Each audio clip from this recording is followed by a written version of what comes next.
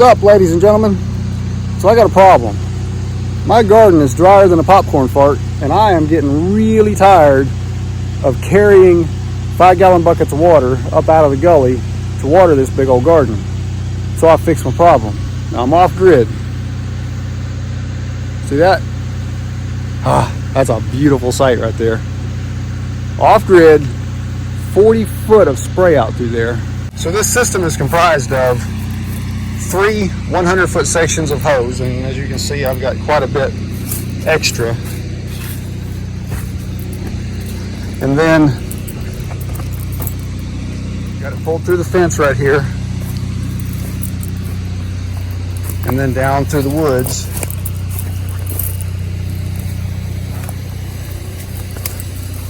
Right down there to the bottom of the embankment.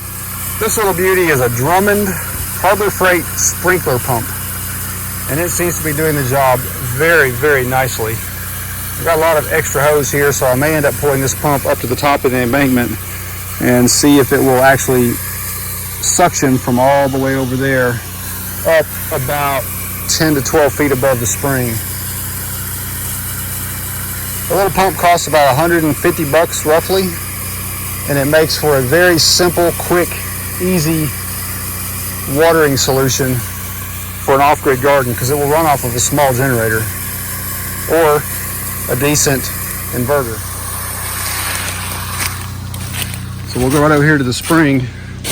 You can see how we've got it hooked up over here. So that down there is a 2-liter pop bottle. Cut a bunch of holes in it, wrapped some aluminum window screen around it, and duct tape both ends of the window screen. That way it doesn't suck up any of these little floaties in there. Seems to be working quite well. Yeah, I know that needs a lot of work. Now I'll show you how we're powering this pump. Follow the trail.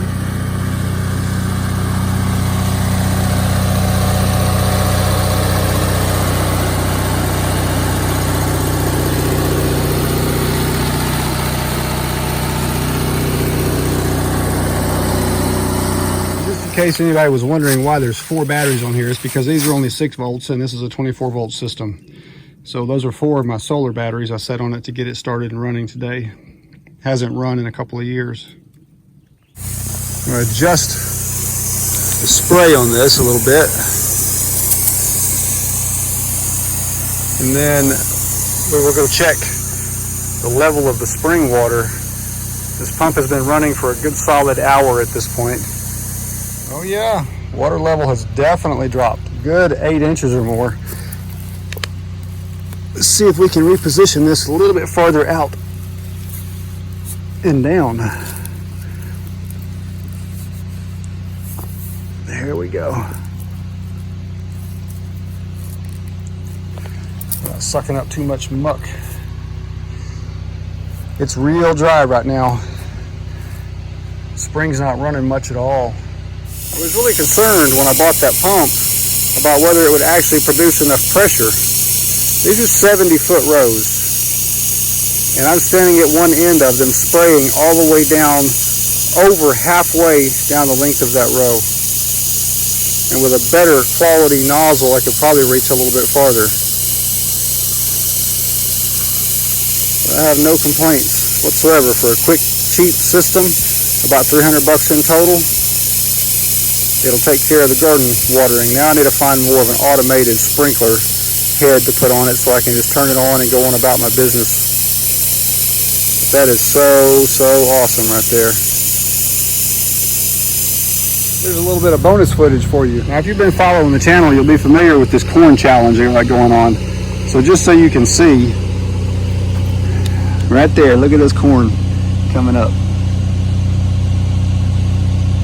They're 4 or 6 inches tall, and then those 2 rows aren't coming up quite as well. Now those were strictly compost. These were the 2 that were compost and commercial fertilizer, and the rest of these, like 6 rows down through here, are just commercial fertilizer. As you can see, they're coming up pretty good.